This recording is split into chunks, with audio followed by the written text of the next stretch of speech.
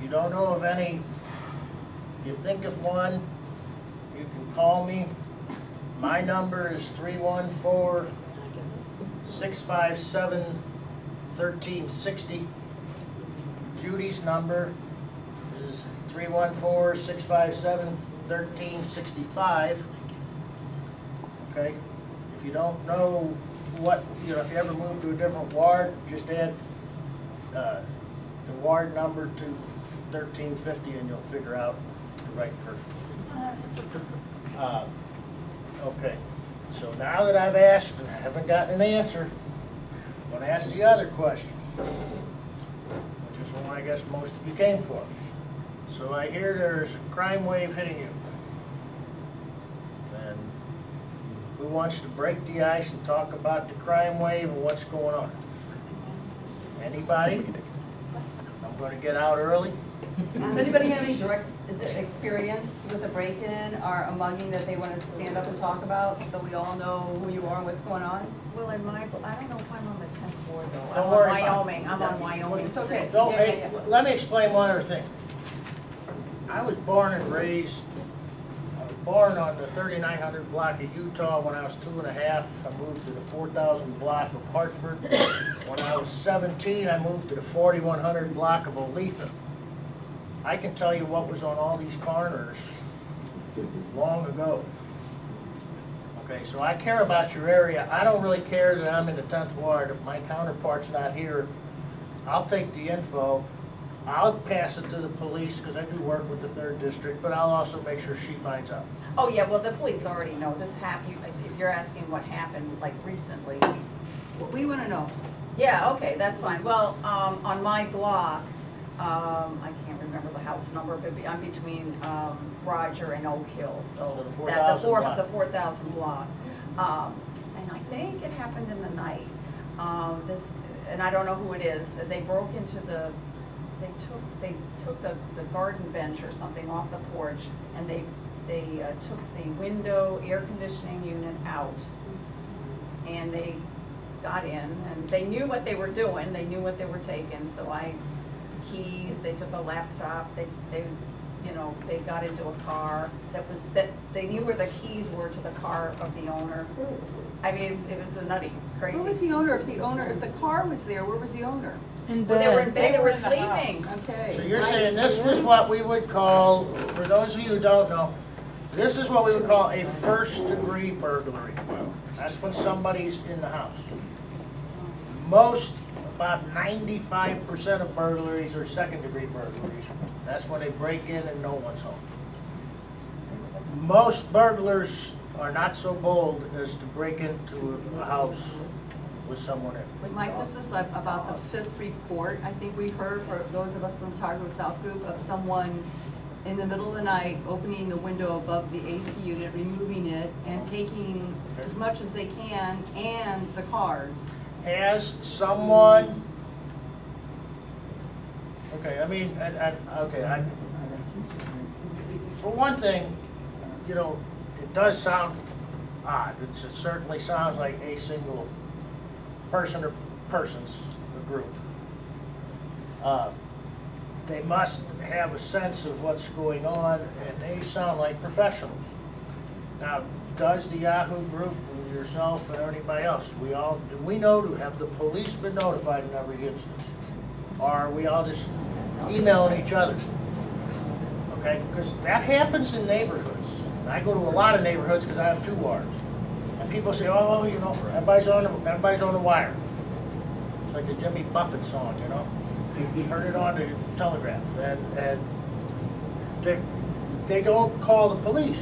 These are being reported, the amount. You're sure? The amount of theft that's going on. Well, then I would suggest that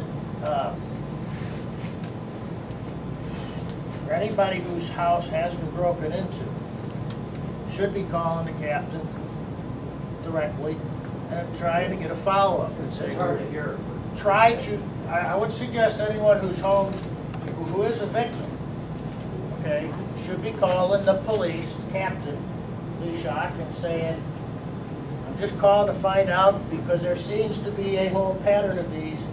He may well refer you to a detective.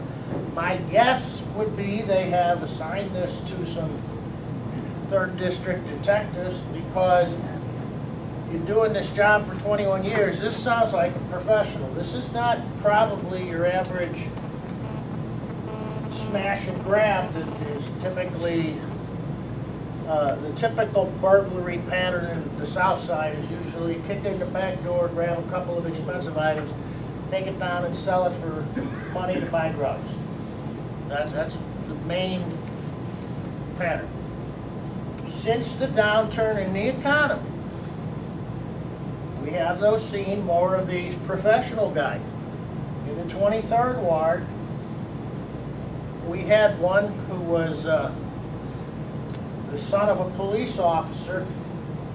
The policeman and his wife had separated. She kept the kids out doing burglaries.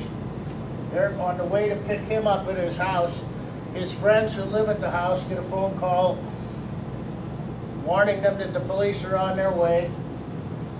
They all split. They pick up the kid who lives there while the other guys are out doing more burglaries right at the exact same time. Now, eventually they caught them all. Okay? But those were the smash and grabbers. They're breaking into a car, they're stealing some cars, taking what they can out, selling it, buying drugs. This sounds like, and typically the first thing they're going to look for is someone who's just gotten out of jail, who used to do his burglaries this way, and they check through the probation and parole and all that, and a lot of times these guys are living within your community. Oh, yeah. Okay? It's very easy for them. So all you can do mainly is to be, if you're not a dog lover, a decent sized dog, it doesn't have to be a huge dog. I'd lend you my younger daughter's dog's visiting. He's about that tall.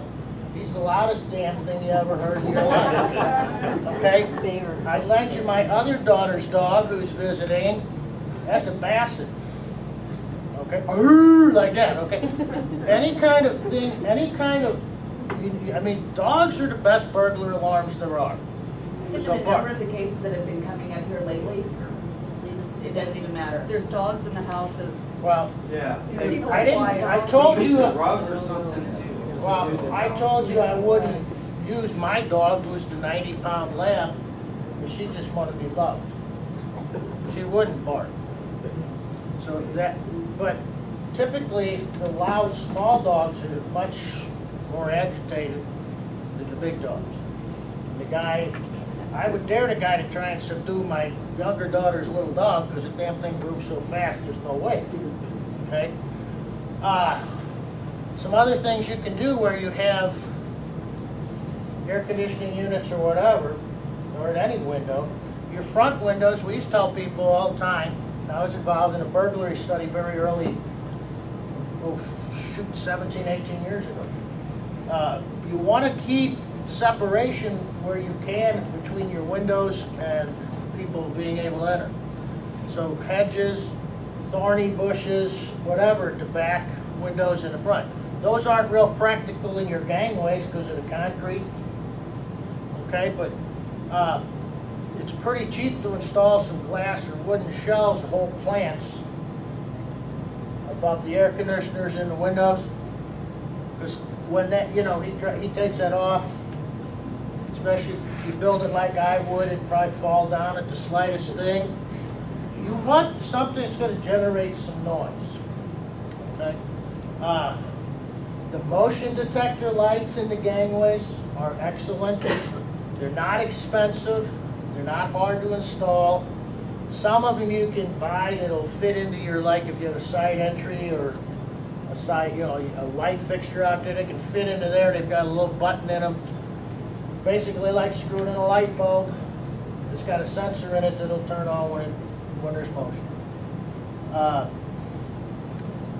We leave everybody on my, well, not I should say, we try to get everybody on our block, just leave their front lights on all night. You know, okay, am I giving Ameren UE about $1.50 a month? Probably. Is it worth it for my security? Probably.